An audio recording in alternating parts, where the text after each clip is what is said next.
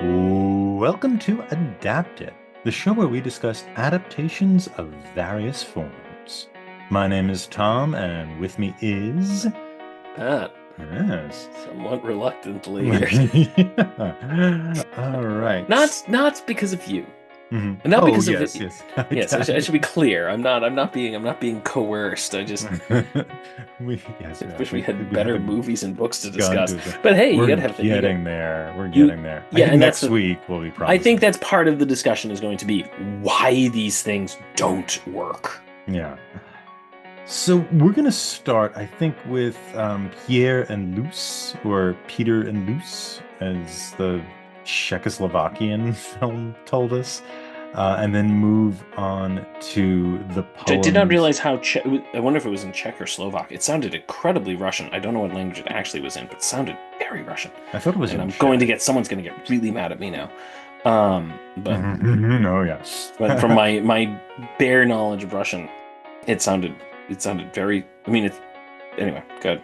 Well, anyway, starting with Pierre and Luce, that was a short novel by Rolland, published in 1920. This work seems to be the one that has been the subject of the most adaptations of any of Rolland's work.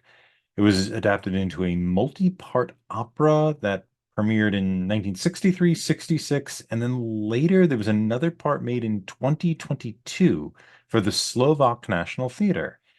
We also have probably the most So I'm going to famous. take a guess that it was is the original the movie in Slovakian. Then Oh, I'm maybe. going to take a guess, but Yeah. We also have the most famous version of the work, which we could not get access to, which was premiered in 1950. It was called Until We Meet Again. This is a Japanese language version that was directed by Tadashi Imai, and it moved the characters from World War One to World War Two, and it's people being forced to fight a war instead of Frenchmen being forced to fight World War One, a Japanese man being forced to fight in World War Two. So converts pretty easily. We have a Slovak progressive rock musical version of this story, which for the life of me I couldn't find. There that was would have been music. fun. Yeah, the music was by Dezo Ursini and Yaro Filip, with a book by Alta Vasova. The version we watched was a Czechoslovakian film starring Emilia Verosovna, who seems to have some fame in Czechoslovakia, and Emil Horvath, who seems to We have. should be clear, Czechoslovakia doesn't exist anymore. Yes, or D- had fame at it, one point. Timed Yes, in the nation that was once called Czechoslovakia. Czechoslovakia. Yeah. We watched this. It's a television show, and we should mention this premiered in 1968. What happened to Czechoslovakia in 1968? Well, August 20th through 21st, you had the invasion by the Soviets into there. It was the Warsaw Pact invasion, as it was called. This is when you had Anton Novotny was ousted as the head of the Communist Party and was replaced by Alexander Dubnik. Dubnik, this is an election. He ended censorship and allowed movies like this to premiere. He was overthrown quickly by the invading Soviet Union.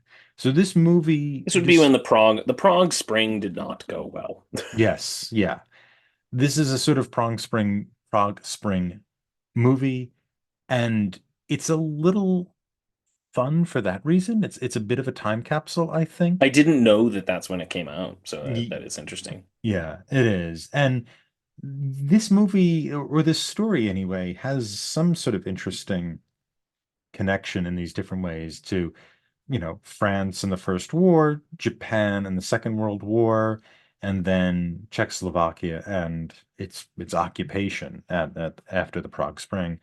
Um, I You know, think I wrote that's a 10-page paper in college on the Prague Spring, and did you? I don't remember a single thing about it. I don't remember a single thing about my paper. I remember about the Prague Spring. I have no idea what I argued in that paper.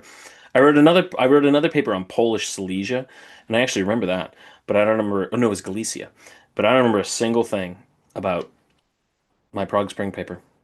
So I'm sorry. So I should know more, but I don't remember. It's been 23 years, something like that. Oh.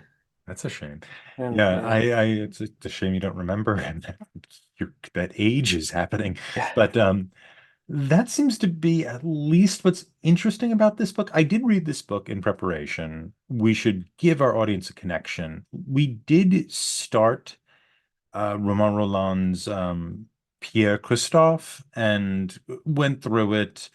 We covered that last week. We couldn't get the adaptation, and we decided we didn't want to finish talking about it. So we switched to an I adaptation. only have one topic I would like to discuss about it, and it Sure, sure. fits in with Go our for it. topic for next week. So at some point we can address. Let's go for it. Hmm.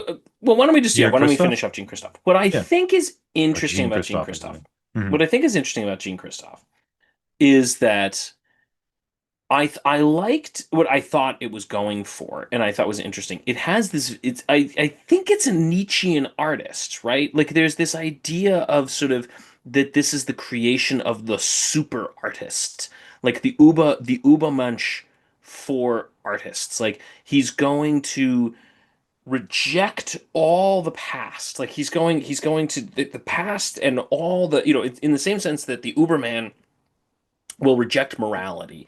He is going to reject all standard conceptions of art and rebuild it from scratch, is sort of what it feels like the early parts of the novel were going for.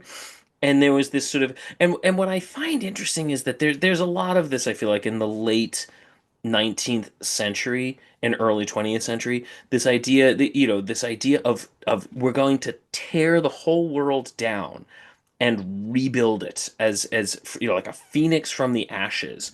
That seems to be sort of what's going on here. I mean, maybe not. You're disagreeing because you finished it. I couldn't finish it. I couldn't imagine spending. I mean, the amount of hours I spent, and I usually finish every book I read, but I thought I can't spend another like 2 weeks reading for Yeah, 4 hours a night of this it's dude. Like I it's not worth can't. it. Yeah.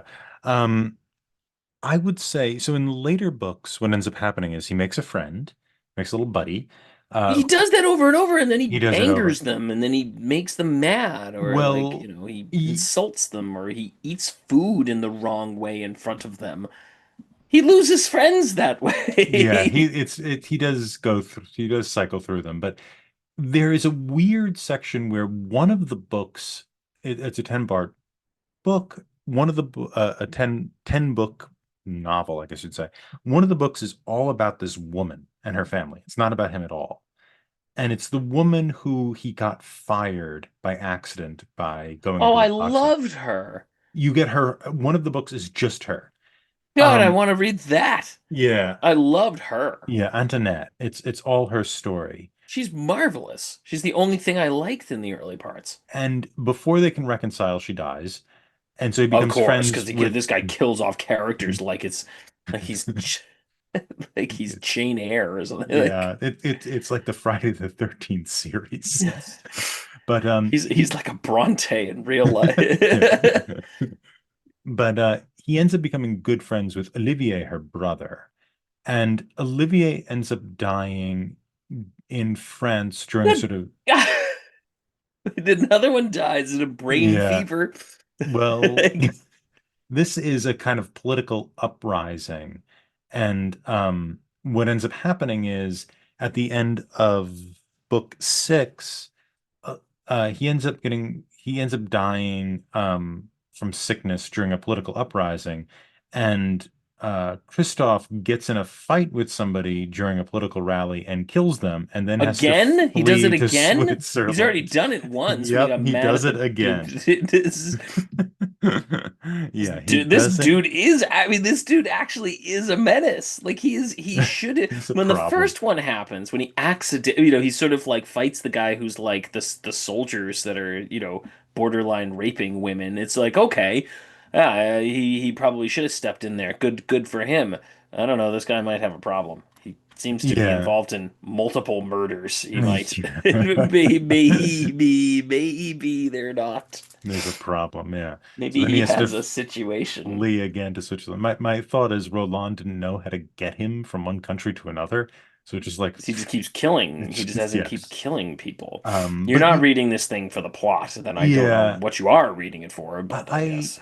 I think it's what you see is, and if you know Rolland, this is somewhat admirable, but I think what you see with Jean-Christophe is that he's sort of above these kind of political progressive things, that the artists necessarily shouldn't be part of that or part of the revolution of the world, that they should be looking Very for Joycean. truth. That's very Yeah, Joycean. it's Yeah. very Joycean. And Roland himself, and this is I am making the assumption, and probably a poor assumption, that Christophe and Roland are somewhat sharing a point of view. I think there's plenty of That's evidence to always a suggest that's dangerous, it's yeah. always a dangerous assumption. And I But think in this book, it's definitely not the case all the time because no, I don't think it's the case all the time, mm, but it's more what I think where I think Jean Christophe does come or where Roland does come through. It's always dangerous to, and very tempting to conflate a character and their author.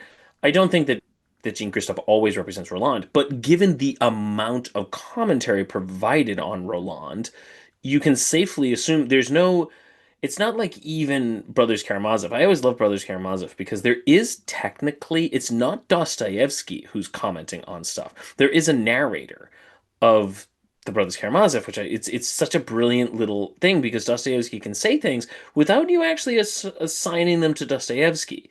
They could just as easily be his narrator because there is so there's always distance in a Dostoevsky, which I love about Brothers Karamazov because you can't quite know what Dostoevsky's thoughts were on it. It's a brilliant touch, and the narrator doesn't do very much, but that's a brilliant touch for it. In Jean Christophe, if the narrator tells you something, I think it's safe to assume that it's Jean Christophe or that it's Roland telling you this, and he comments so much on the action that I think it's safe to assume those lines are from mhm. Rolland. Yeah. And this is the impression I get with it, is that the artist should be in their art somewhat removed from the political space. And it's this sort of truth above all things, or the self-assertion of the individual above all things. It's why he carries around the Beethoven bust all the time. That's one artist that Christoph actually admires, unlike Brahms. I don't know why the hell he hates I don't Brahms. know why he hates Brahms so He much. kind of Like, gets over it later. He's like, I don't know. He's fine. I mean, It's and I don't know. And here's the question is like, again, I didn't know he eventually gets over it. I, mhm, I guess in my head, what I thought he was doing was presenting this sort of. So I guess I didn't. I thought what was going on was and this is why I thought it's actually interesting, is it's a presentation of a grand philosophic theory in an individual mhm. as that individual lives it out in the world. Novels don't do that now. They just don't. Like nothing It's very has that. Russian. It's a very Russian theory, yeah. But I don't even think, other novels have done that. I think it is extremely Russian. But other novels have done that.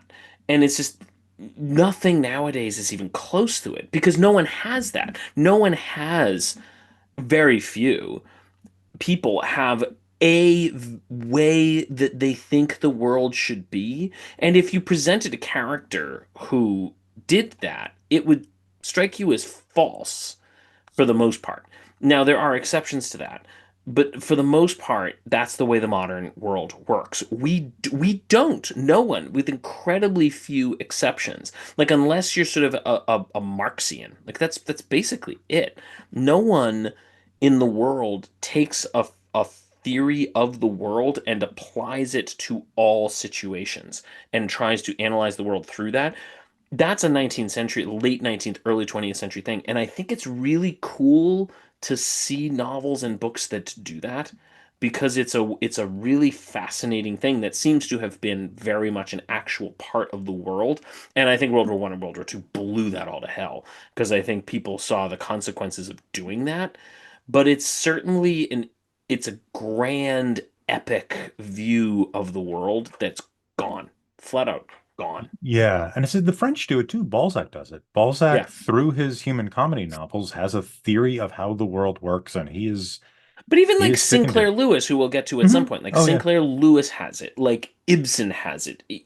Chekhov, not so much. But there are figures in the world at this time that are going to take, even Sartre kind of does it, but there are figures who have visions of how the world works and they apply them on an epic scale. And it's cool. Yeah, No it one does is. that. No one, I don't think anyone's doing that. The And I great think you're novels of our right. day, Infinite Jest, it's that's not what it's doing. No one's doing that. Yeah, Infinite Jest I think might. I So don't think I'll that's what's going make on in Infinite Jest. I'm well, this is how I'll position Infinite Jest vis-a-vis what you just said. I think you're right, and I think Jean-Christophe is sort of the last gasp, right? It finishes off in what, like I 1912, think I I think. think World War II kill. I think World Kills War it. One kills it off. World War One kills it because you And have the in be World War II, if anybody was continuing to do it, which there are still Mm, some people I think they were kind of doing it and trying to revive sort of a naturalistic sense of the world, something I don't know what they were trying to do in the mm, inter or we'll get to it later in the mm. interwar years. World War II blows it all to hell because I think everyone sees the real consequences of doing that, and therefore no no one wants to do it anymore. Well, you have this sort of pessimism that comes out of World War One, where you can't have these grand, somewhat optimistic, and I think Christoph ultimately is an optimistic view of things going on when you have the devastation of World War One and the consequence of poverty that goes on in the 1930s. I When it's think here's no, but I got to disagree with that because Mhm. I think you're wrong in the sense that Nazism at its core was a wildly optimistic. I think that's where things go really Sure. wrong, is that Yeah, this idea of How many enduring Nazi sympathizers are we reading but today? that's but I guess but no, that's my point. I think that's what killed it. I think that it's not I think there is a pessimism that emerges after World War One. I think there is any sort of belief that in positive in sort of this optimistic like we're going to tear the world down and rebuild it. I think Nazism kills that because that's sort of what it was. That was sort of a late 19th, early 20th century idea. We're going to tear the world down and rebuild it like a phoenix burning up, and we're going to do that. And I think World War One really badly damaged that. That's what people thought was going to emerge from World War One, and any hope of that reemerging, I think that was sort of the Nazi ideal was we're going to burn the world down. We're going to we're going to rip off all the veneer and expose the world, and that will raise us up. And I think that, again, very clearly people went, whoa, we do not want these ideas anymore. These ideas got to go because we see what comes of them. That's what I mean, I guess, that these sort of wildly optimistic ideas die away because of that. Yeah, I think that's true. It's hard because would you look at the great modernist writers, be it Joyce or Faulkner or even somebody like Thomas Mann, and say they're wildly optimistic? No, they're not. And Nazism is they're wildly not optimistic way before the 1930s, right? Or I guess no, I guess the 1930s is when a lot of these people hit their stride. Yeah, Uh, I'm not saying that there was no, that there weren't. I think World War One leads to an absolute. I think it leads to a pessimism. yeah, There this is a is the definite. wasteland. The Yeah, wasteland this is is the like wasteland. the ideal literature to express that pessimism. This is the wasteland. This is the Iceman cometh. This is, Mhm. these are desolate periods of time. But I think that any hope there was of these exuberantly optimistic novels is killed off by 1945. That's more what I mean. I'm not saying that World War One isn't the source of them. It is. But any hope of a reoccurrence of the type of Jean Christophe novel is killed by 1945. No one, I don't think anyone's written a wildly optimistic novel of the recreation of art in the world Oh, okay. No, no, no. I would agree with that. since 1945. Yeah. I think there were some still occurring post World Mm, War One. I think they are dead in the water after mm. 1945. Yeah. And yeah, what ends up happening with literature also, eventually by the 1960s, is you do have that kind of postmodern thing where instead of being kind of morose about this, you end up being silly and jocular about it. And so Yeah, you basically have the same opinion, but you have a different mood in which you're And isn't that working what with. Infinite Jest is, right? Am I reading Infinite it Jest, wrong? yeah. So this is the problem with Wallace, and I think this is the difficulty of Wallace is Infinite Jest ends up actually being about the success of addiction. So the book ends kind of pessimistically, but all of Wallace's work was about finding and celebrating human, I wouldn't say achievement, but the human and the goodness about people in his fiction. And I think the problem with Wallace, and this is actually something the philosophers Hubert Dreyfus and his last name is Kelly, I forget his first name now, pointed out is that ultimately Wallace ends up turning to a nihilism that he doesn't realize. And you can see it in Infinite Jest. Infinite Jest is ultimately a bunch of people get addicted to stuff and they really can't get unaddicted, right? But Wallace tends to talk a lot about the the arts as being something that revives the human. He actually describes that as being the arts should be doing CPR I think on that's the very true. human. Yeah. Yeah. But I Again, think I think Wallace that's the this fails. is I would go back to the sort of the bringing about the art is meant to emphasize the stoniness of the stone. It's Mhm. meant to you're meant to see things in a way things you know in a way you haven't seen them before. It makes you feel alive again Mhm. in a world in which it's difficult to do so. Yes, and it does it through, I would say, irresolution. I think the greatest art is, I think the worst art is sincere, and the greatest art um, gives It's not that you it's sincere, that's wrong. oh, no, I think what I mean by You don't think sincere, Dante's sincere?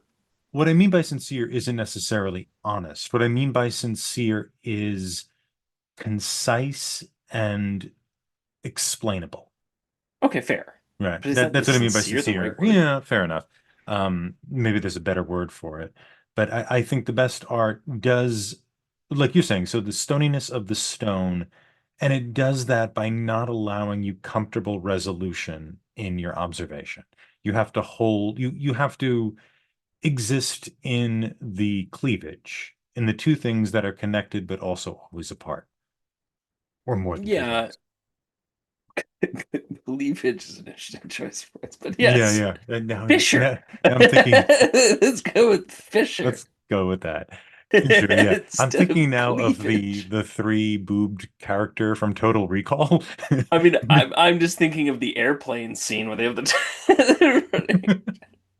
But the thing is that yes, I will agree with this. I just think there's a really interesting moment in the late 19th, early 20th century, and this is what I think about Jean Christophe, where novels and plays and these things are trying to grapple with these epic recreations of what it means to be a human and Mhm, epic recreations of what it means to be art. And that's kind of cool. And I don't know if that's just because of all the technological changes that are going on, all the philosophic changes that are going on, but there is a wild retreat, probably for the better, away from that mhm. post World War One, and it's absolutely locked down post World War Two. We just don't do it anymore, Yeah. and so that it's part of the reason why I really wanted to like Jean Christophe, and I just couldn't read Jean Christophe. It's very long. You're probably meant to read 150 pages of it Yeah, every now and then. yeah, Um, and I might go back to it. I would like to go back to it. I just I couldn't spend another night with Jean. Yeah, but I think what's interesting about this week, and speaking to what you're talking about this moment of transition, is I think these two works we looked at, which was a collection of poems, it's not a single work necessarily, but a sort of artificial collection of poems by Heidenstam, and then the adaptation of Pierre and Luce, are sort of, in one sense, one of these kind of grand visions of how the world is that you're talking about. I think the collective works of Heidenstam is trying to do that. I think those poems are trying to work towards a grand narrative of Sweden. It's not of what it is to be human, but what it is to be Swede, which for him Which is fine. which is It's fine. good. We should, I mean, I think there is a tendency in the modern world to deny the existence of national identity, but I think individuals who identify with their nation is fine. and an attempt to create a culture. That's what many movies that was what Tolkien was doing. He's trying to create a mythos for England. They, England. they Yeah. they don't really have one. They're Mm. the oldest thing they got is Beowulf, and that's Swedish. So we gotta. So if Sweden wants to sort of come up with a somewhat unusual collection of poems to explain Mhm. itself, fine. Yeah. Yeah, and I think that's what he's trying to do. And it's a very much a 19th century project. It's a grand narrative. Much, Jean-Christophe is doing something else. But I think there is something about like what you're saying. This is a huge project that reaches throughout his career. I think Pierre and Luce is a story that it's published in 1920 that begins that sort of impossibility of that, right? I think Pierre and Luce, even though it's kind of innocent and it's very sweet, the tragic conclusion of Pierre and Luce, I think, is more to what you're saying, the beginning of modernism and the sort of impossibility of any kind of grand narrative. Now, maybe I'm giving Rolland too much credit by saying he's doing that in Pierre Luce, and I don't know how consciously he's doing that, but I do think there's something what you get at Pierre Luce in the end is, The less consciously an artist is doing that, probably the better. yeah, that there's some, it falls apart. In the end, things falls apart. And the threat of being forced to fight for France is just so present in that work. And I think in the movie as well, you see the brother always with his uniform sitting around and whatnot, that it just seems like the narrative of nation is something that has ceased to work. Um, and it works very much for Heidenstam. And so I think these works, even though we didn't It intend reminds them, me of what work were we reading? We read something at some point, and I just remember the title quote was from it was like an old it was it was supposedly a quote from it was like old woman to her Italian son, "Run, the fatherland is coming." You oh know, God, is that Bjornsson? That sounds like a I don't remember what Bjornsson. it was. No, it was Mm. Italian. It was an Italian thing. Who did we do in I think Italy? it might have. I don't remember what it was. It was in who's the dude we read? Oh, that Marxist historian. Do you remember him? We read him for our second season or third season. Oh, right. Yeah, I know who you're talking about. The Best Picture one. Who was that Marxist dude? And He was a Marxist historian we read. And they had a great quote, and I had some significant issues with his stuff. His first book is really good. The later ones are kind of weaker. But he has this great quote, and it was like Italian woman to her son, run, the fatherland is coming." And it was like, I think there was this idea of like, oh my gosh, like they're coming back, they're going to take you. And I think that was a very real reality for a significant part of the 20th century. Up through Vietnam, one could argue in the West, that's an argument, that's a concern up through that period.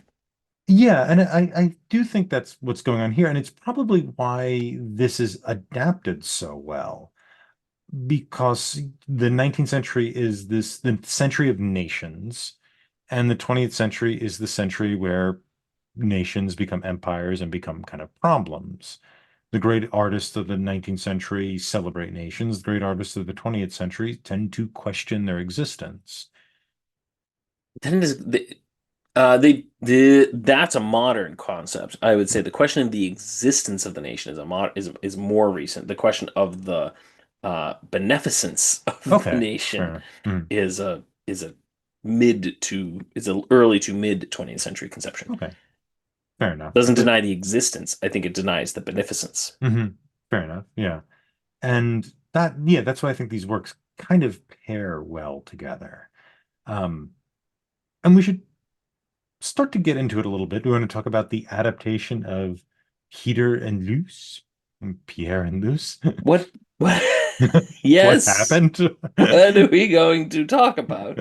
What would Um, you like to talk about? uh, yeah, it's so rich and well. It's so rich and there's Mm, so much depth to Mhm. them sitting in the Mhm. library for 20 minutes. I'm not joking. I spend more time looking at, because I'm building actually a big series of bookcases. I have to build like 30 bookcases. I really was like pausing to look at the bookcases behind them. I really wanted to see the molding.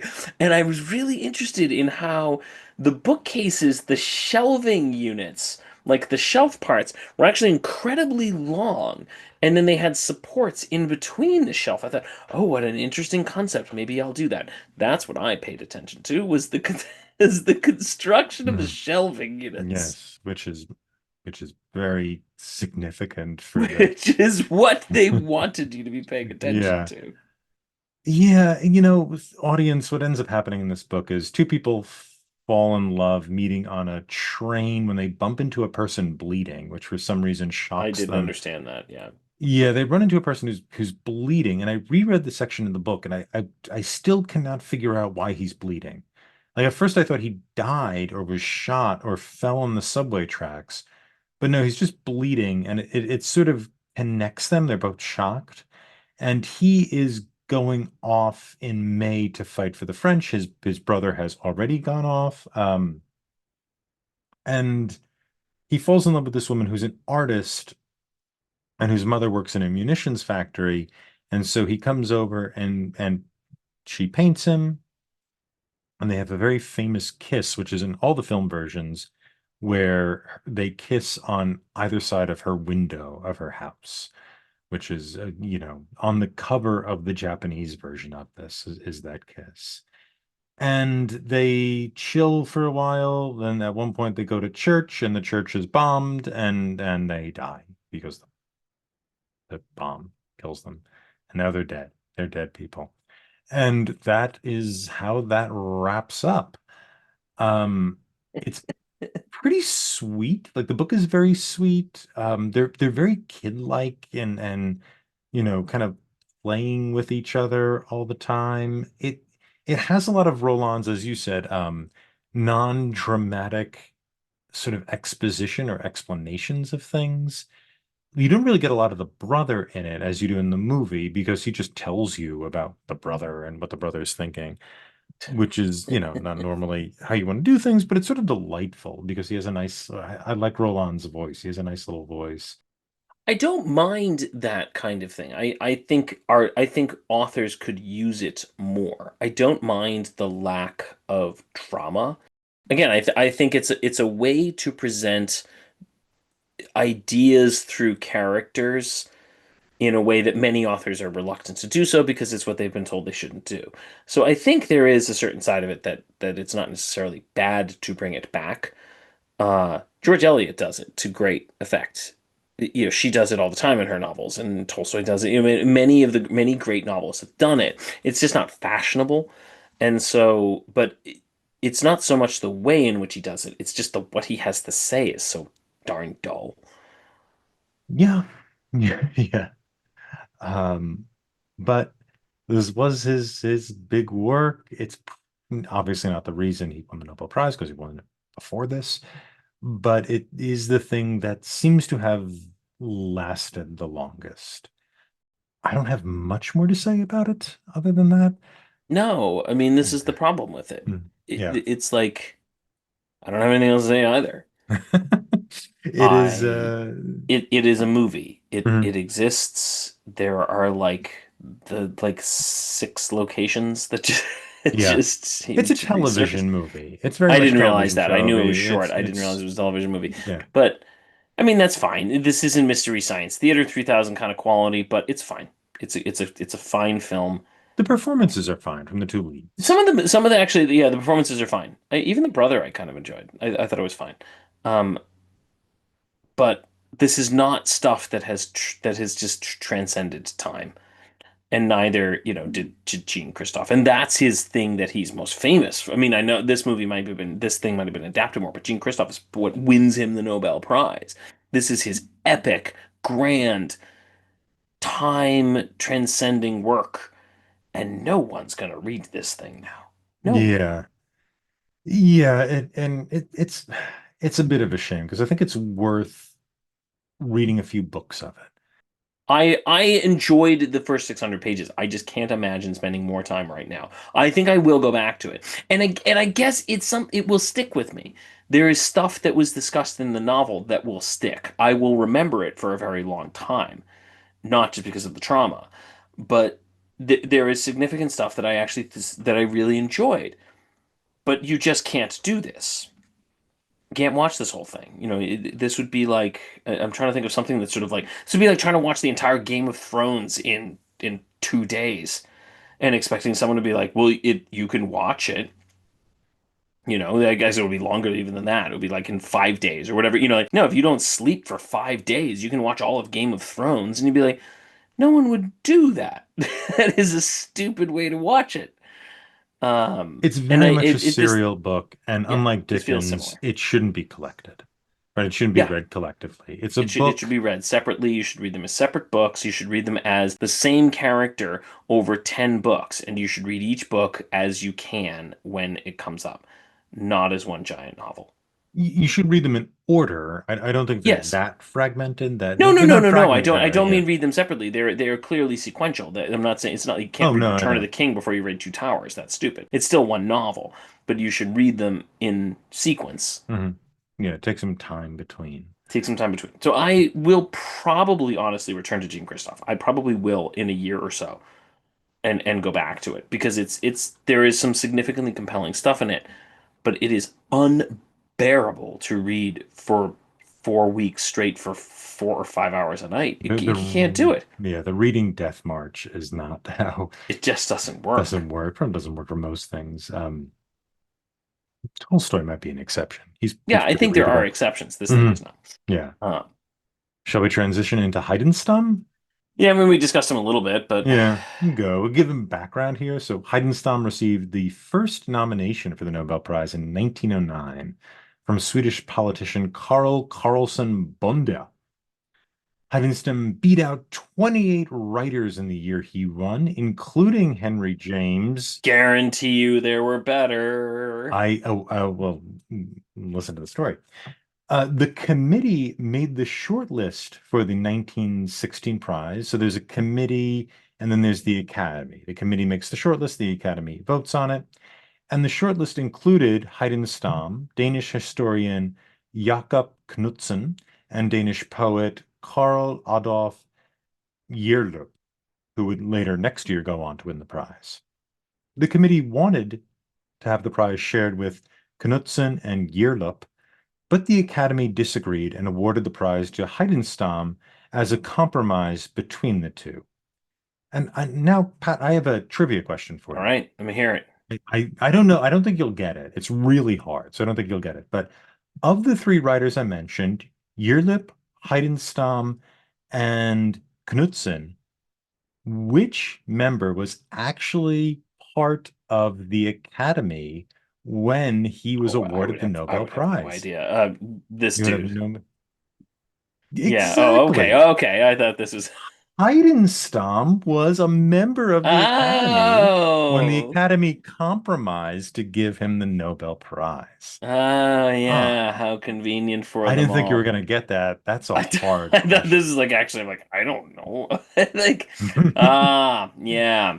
So we have an Yeah. old-fashioned circle thing going on. Yes. Um, as I said, And Gearlup then would win the and then prize the another year. member of the then he would vote they would all vote for the other member of the Academy the next year. Yes, yeah, and they would go on. And So uh, yeah, so that's an do we have any of the explanation. other We'll 28 who were nominated that year that were considered? That's Oh, what I I could was give. I wondering. have I'm a whole sure of list. those Henry James is the big Henry one. James? Um, mhm. Uh This is 1916. yeah, clearly. Yeah, 1916 Henry James is still alive, yeah, because he uh dropped his American citizenship and switched to English citizenship during the war. So Henry James is still alive, yeah.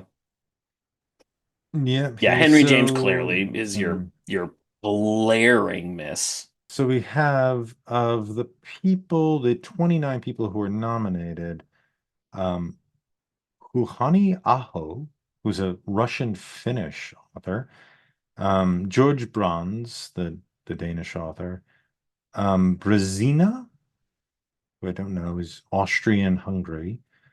Um, oh, another Indian, Rabindranath Datta, different Don't know him, but Rabindranath. Somebody named Elizabeth Forster Nietzsche.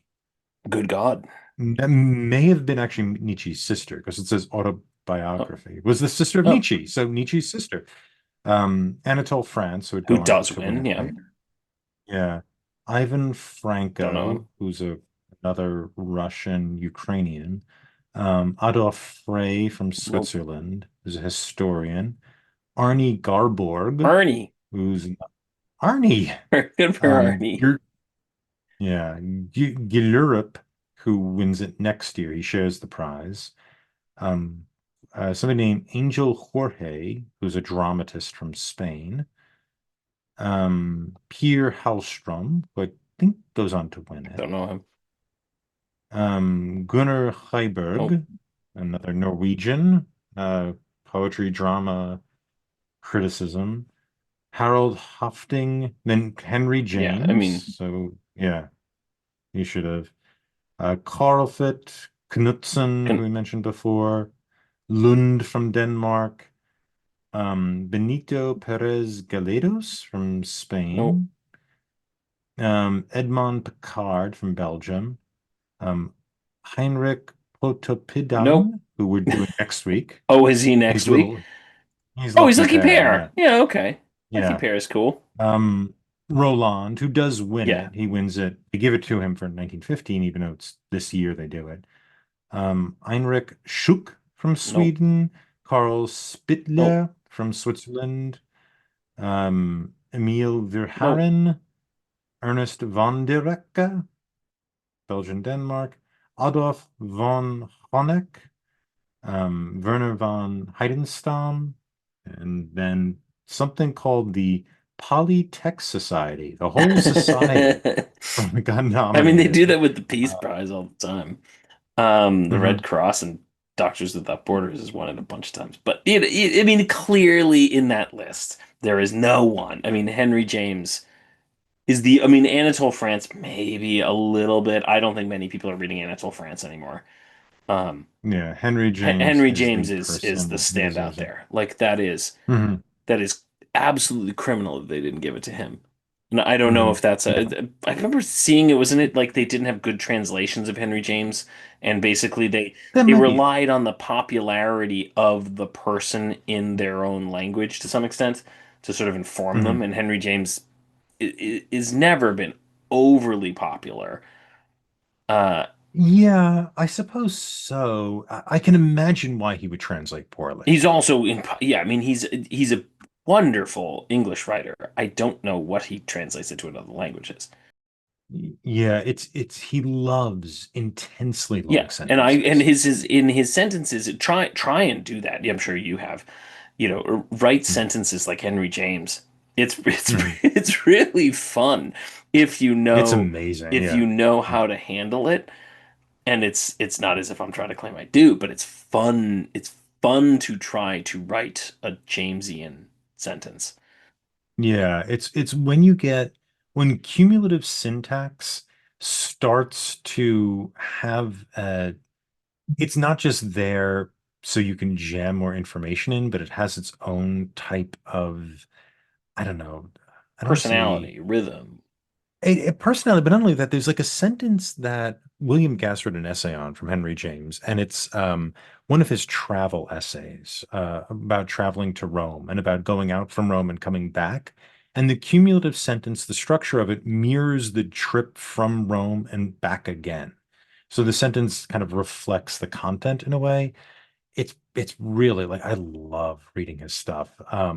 So I can imagine why he wouldn't win because they're like, "Oh, what is this? I don't know." I mean, the Yeah. problem with Henry James is I've seen people who copy him, and we had like someone in my MFA program who used to try to write Henry James sentences, and I used to say it was like picking the punctuation out of the sentences is like picking pebbles out of your rocks out of your shoes on a long walk. It's just like if you don't do it well, like why are there so many commas? It's like, Yeah. and so it's very hard to do, and I imagine it's exceptionally difficult to translate, which is in some ways the sign of a good writer. It's a writer who knows his language exceptionally well, makes it impossible to translate into another language or exceedingly difficult.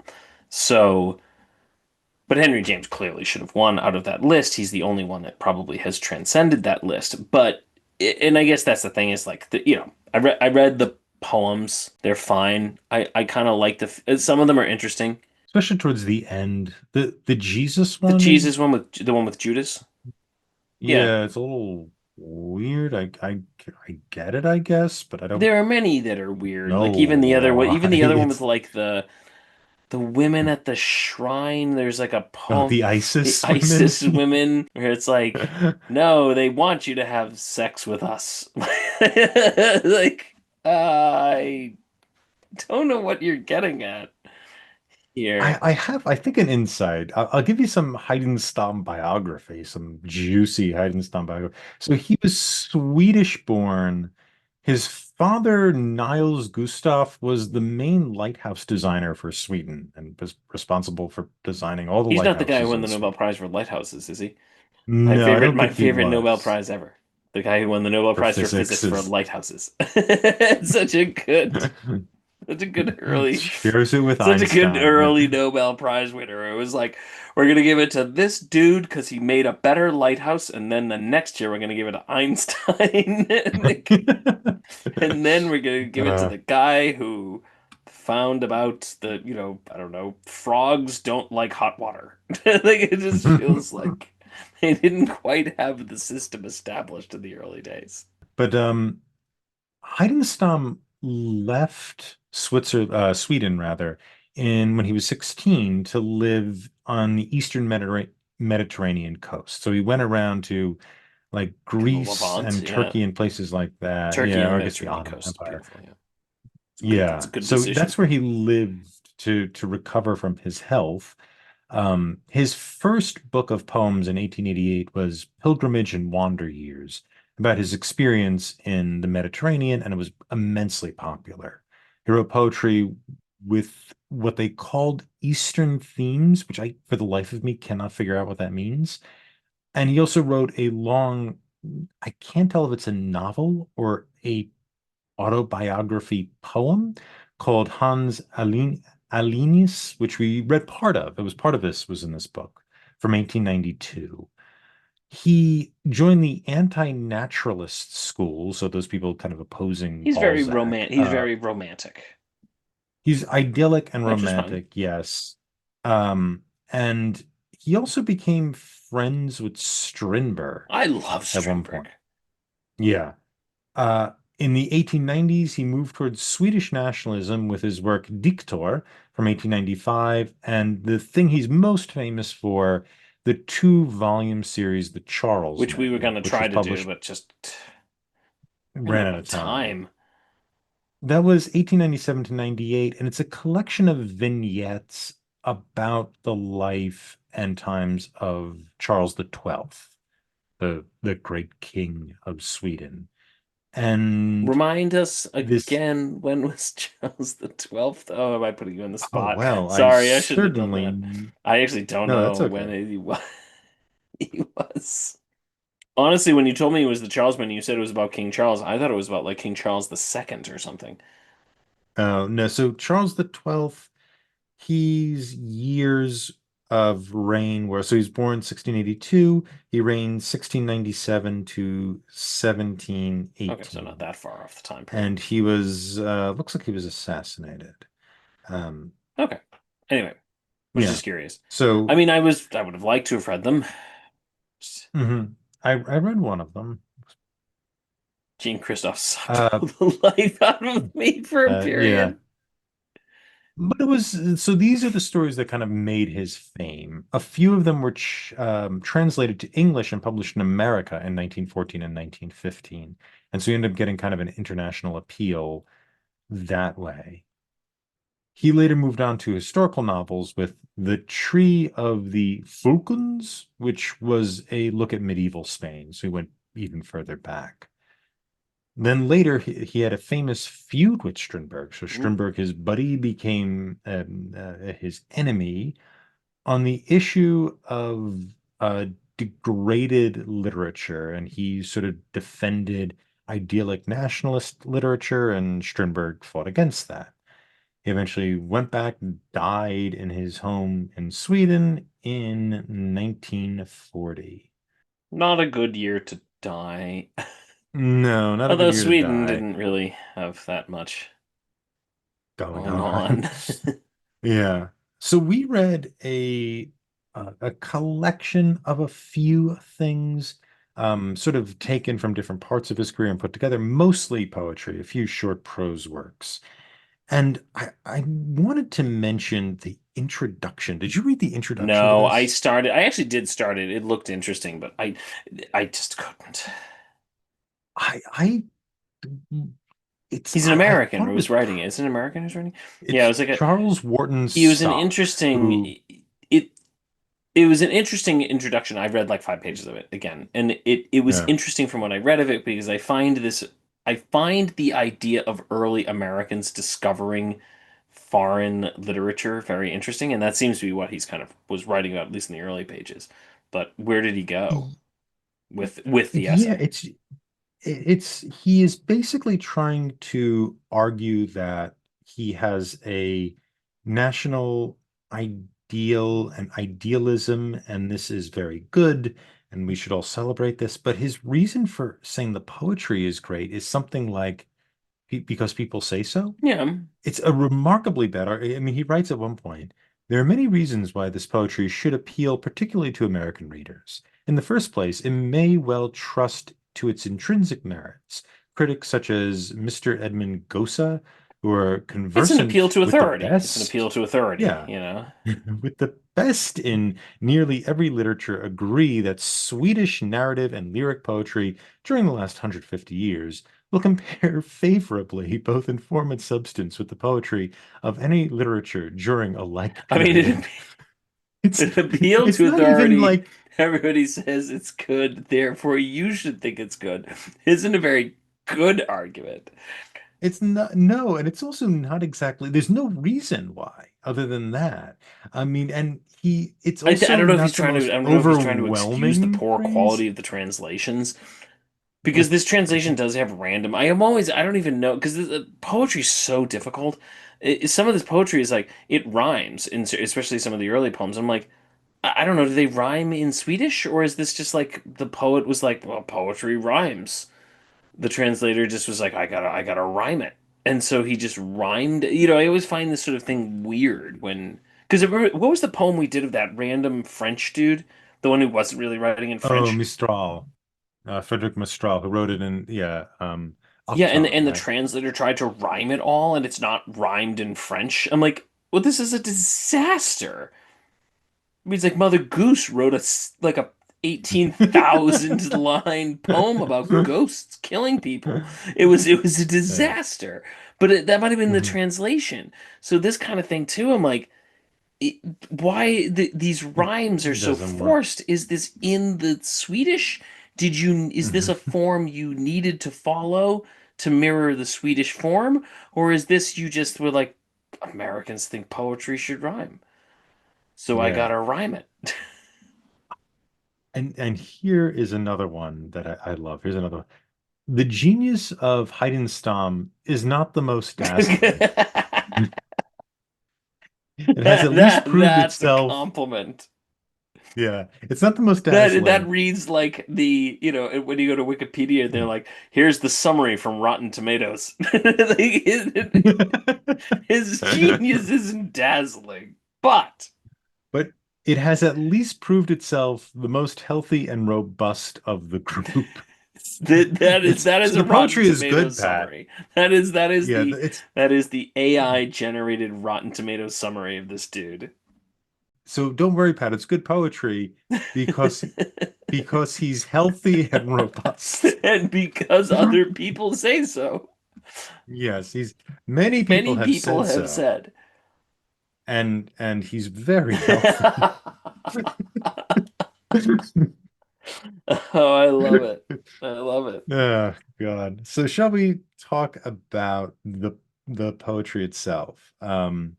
I have I no have idea if he's a some good poet. I have no idea. Yeah. The translation is so but dumpity dumpity dumpity Hmm. dump and so rhymey. I don't know Hmm. if he's actually a good poet. Again, I'm going to assume he is because other people have said he is. So, Hmm. but I don't know if he's actually a good poet or I, not. I think so. What I see with the project is, and I think it's the obvious observation, is he's trying to create a sort of poetic history of Sweden, right? I mean, there's some exceptions. There's the Jesus stuff, which is, I don't think in Sweden, I hope at least. But especially towards the end, you do have this kind of like sing the land type thing, and very much a folk song of, the people coming out. This is what page 139. Um, in the poem A People. If the neighbor lands should cry, forget your greatness of bygone ages, I'd answer, arise, O North, who yet mayest be what my dream presages. The vision of greatness may bring again new deeds like those of our betters. Come open the graves, nay, give us men for science and art and letters. It's on and on like this kind of really like the people will rise up from the land and not win in war or something like that, But but produce triumph as great people. Yeah, works. they will triumph Yeah. as a nation, as a people. Mhm. And there seems to be a sort of folk tale stuff to it, like you're mentioning with the Sisters of Iris and the sex thing. There seems to be this like Christian, but also sort of pantheistic past that I he think a wants to pantheistic is invoke. fair. Yeah. Yeah, with some kind of sprinkling of just remember, we're really following Christ now, so don't get too attached. That seems to be the overall project of these poems. Now I know they're drawn from different periods in his life, so we're getting kind of a snapshot of what this man probably thought the purpose of his poetry was. But I thought it was interesting to read next to Rolland because this seems to be like the last time, at least, we're going to see this sort of ideal from the land national project. I know Knut Newt Thompson Thompson, does. Newt Thompson does. yeah, and Newt, did we say? I think it's Um, Newt Thompson does. But that's okay. why I say it's still going on in the 20s and the 30s. Mhm. There is still like an Yeah. idea that we can maybe go back to it. Like I think there's an idea Hmm. that like maybe if we just all that World War One stuff, maybe we can just kill it off and we'll rebuild and we'll be great again. Maybe if we can just Hmm. find ourselves and find the nation and find it, there seems to be this idea. And I think the logical conclusion of that is Nazism. And Yeah. so Yeah. they see how that works out. And Speaking of yeah, Thompson, and right? Yeah. I mean, and New Thompson is a Nazi. He becomes a Nazi supporter. So this sort of exuberant idealism is it fails. It fails radically. And I just it's a shame that it's a shame that as a literary thing it's gone, but it you understand why it is.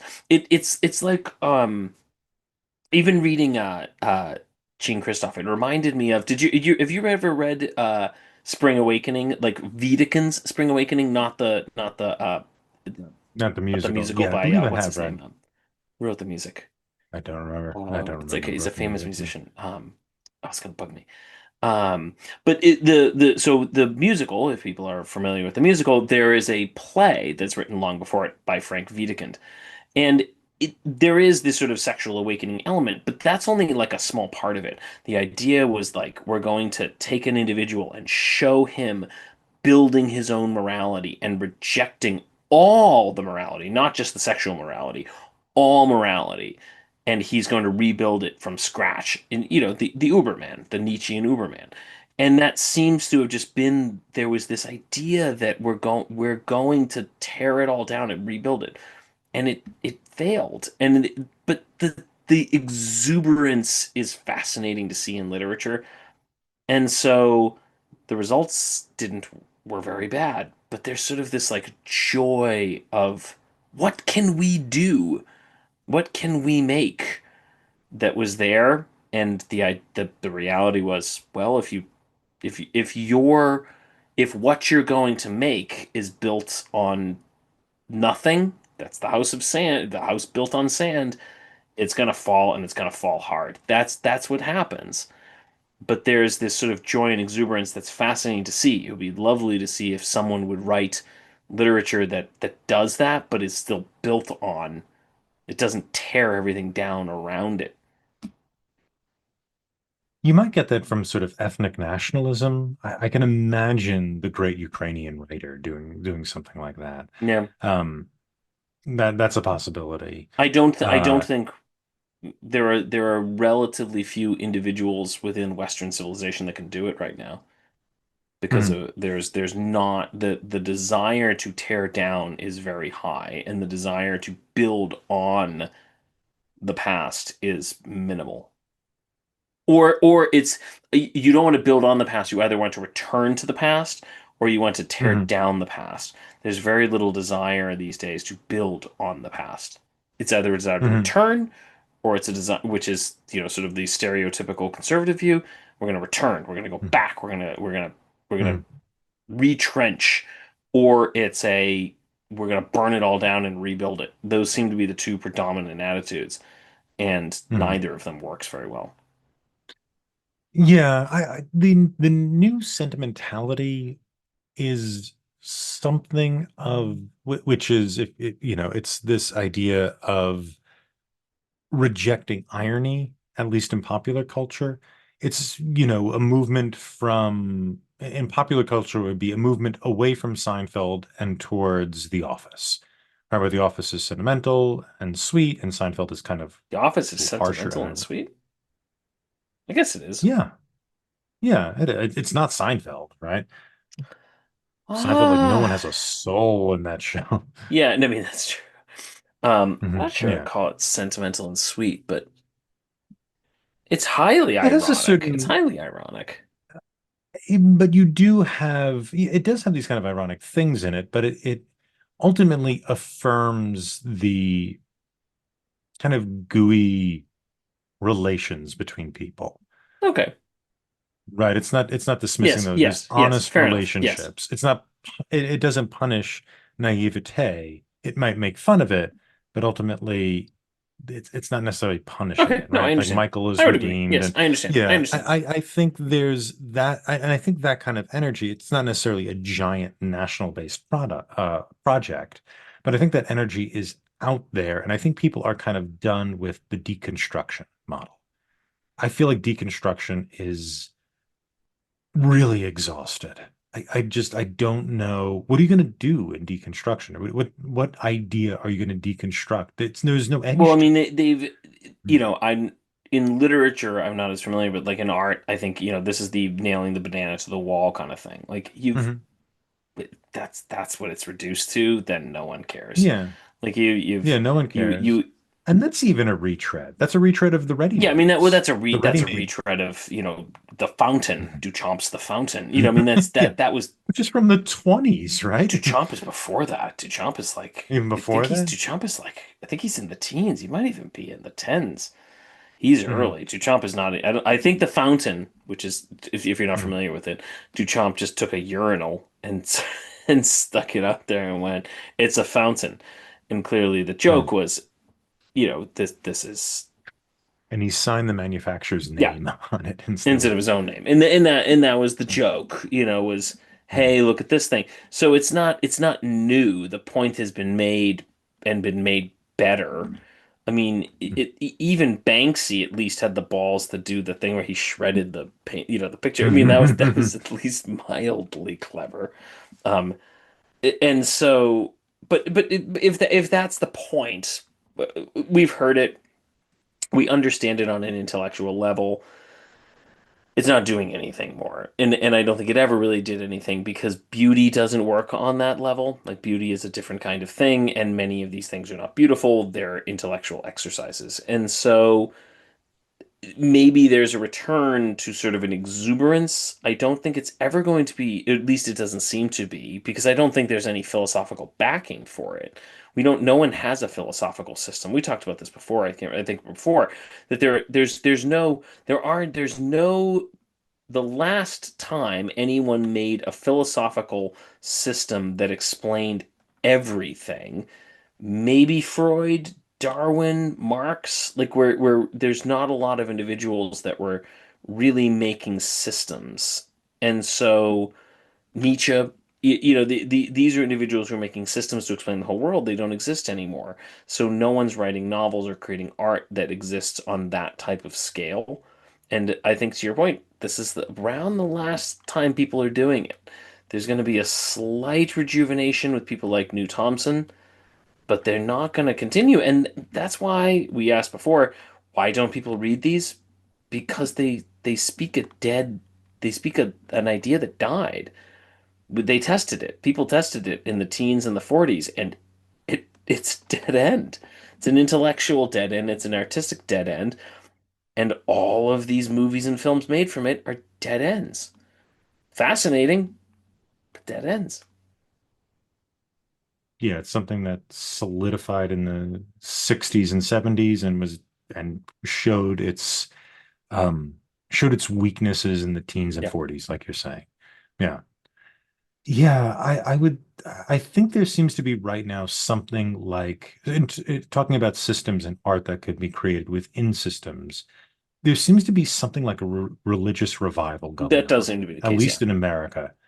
That is It's not true in a America. It's true in system. England. I mean, England, France, they've all been having, relatively They've all been speaking. doing it. Yeah, I mean, Mm, I think England, France had something like more conversions in 1 year than they'd had in like the decade prior. mm. It's Yeah, like, there that's have been, whether that's sustainable or whether it's what's going actually on there, but I think it's occurring supposedly in Europe as well on a relative scale. mhm, You're talking like 18,000 out of, you know, however 80 many million. million. Yeah. So you're not Mm, really seeing, but you're comparing the 18,000 to 1,000 the year before, a mhm. decade Yeah. before. So you're seeing a revival. Whether it's what it actually means is a different story.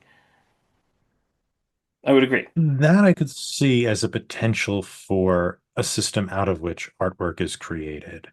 Um, and it's not a grand original philosophical position, but you can have a sort of religious revival that is both connected to the past without retreading it, right? Religion can do that pretty well. Religion is Again, that's what known Don, for we're going back. It's a yeah, Dantean thing. You can pull off a Dantean hmm thing. yeah, or some sort of version of that. Who knows if that will happen?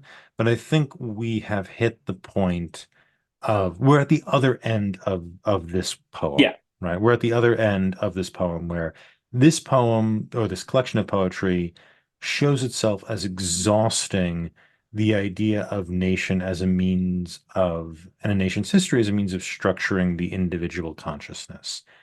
We went through the 20th century, which is a century of fragmentation. Hmm. That's the century where the individual becomes both fully the individual, but in a non-enlightenment way, the individual becomes the fragmented individual. And some It's like a really good art comes out celebration of it. We should be clear that as and the some as this really year good goes art comes out on, of it. Yeah. some really good art comes out of it. We Mm. were Yeah, the 20th century is rich with great art, and you have a new art medium in film. Yes, but the problem is that particular direction of art has been exhausted. I don't think it has much more to say.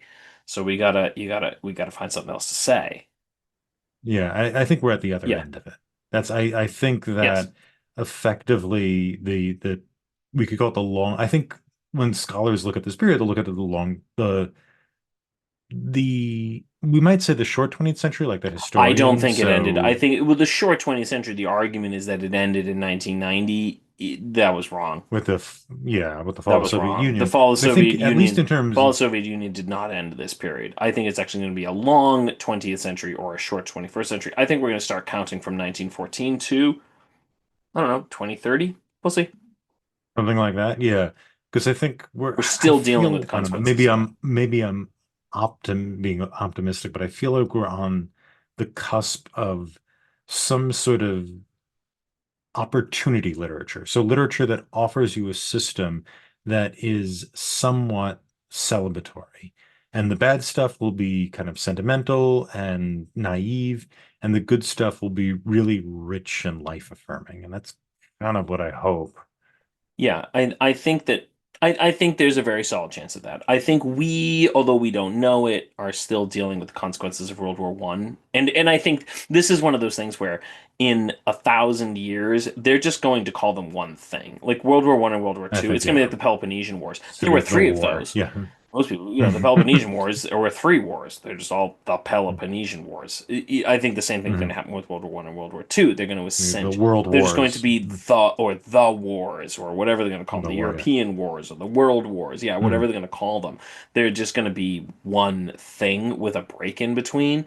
And pretty much every idea, political concept, all of this stuff has been dealing with 1914. Really, it's 1914 that we're still dealing with, not 1945. It's 1914. We're all still digging out of that just epic, epic collapse of our ideas, and now I think there maybe is starting to emerge a newer attempt at it. I don't know what it's actually going to be or what it's going to make, but I do agree. I'm hoping that there's going to be something new. I think the ideas of 1914, some of them are great. There's some really good ideas that come out of it. Brecht comes out of it. Joyce comes out of this. This is there's a lot of really good Beckett. There's great stuff. O'Neill, all of the stuff is coming out of this period. It's great stuff, but I think it's exhausted, and maybe we're going to see something new. That's why this time period is producing not very good art to today, and it's not producing very good movies. Lucky Purr. Yeah, Lucky Purr next week. All right. So, are you I excited actually for like Lucky Lucky Purr. Purr? Oh, I'm only like 250 pages into it. Same, same. I I don't like know. it. I like it too. Yeah, yeah. I'm enjoying it. We'll get I'm into it enjoying next it. week. Yes, we will get into it. I So, like Lucky Purr. You can rate and review this show anywhere fine podcasts are available. For those viewing in YouTube land, if you haven't already, please like this video, subscribe to the Talking Studios channel for all our exciting content, and follow us on social media at Talking Studios. Check out other shows by Talking Studios, including Talking Pictures Trivia, where we explore movies through trivia, Keep Making Movies, where we explore micro-budget films, Limited Lexicon, where we play through text-based adventure games, and Get the Point, where we slowly reveal a movie poster and try to guess which movie poster it is. Got a question for us? Call the Talking Studios hotline at 201 467 8679 and leave a message. It may be featured on a future episode. And if you haven't already, please subscribe to Adapt It, wherever fine podcasts are found. join us next week when we discuss Lucky Purr from 1915 by Heinrich Pontoppidan, as well as the 2018 film A Fortunate Man, directed by Billy August. See you then. Wow, Talking Studios.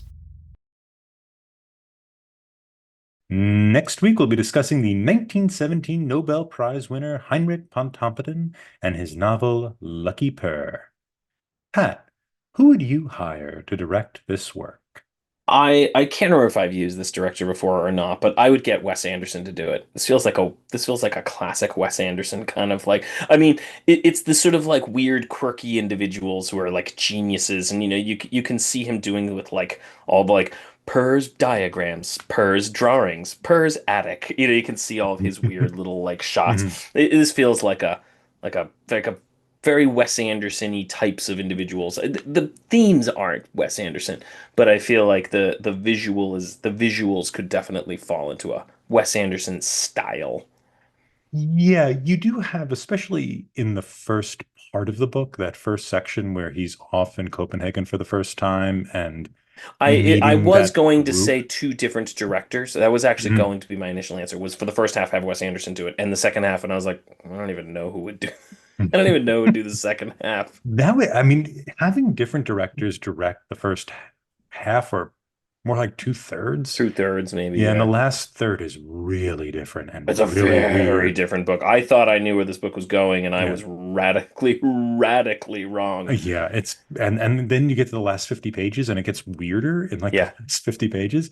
But I think that would be a great idea to have Wes Anderson and then just somebody completely different in order to but who would create it that kind be? of Who did you pick as your person? Who would do the second half? what a Can your question. person do the second half?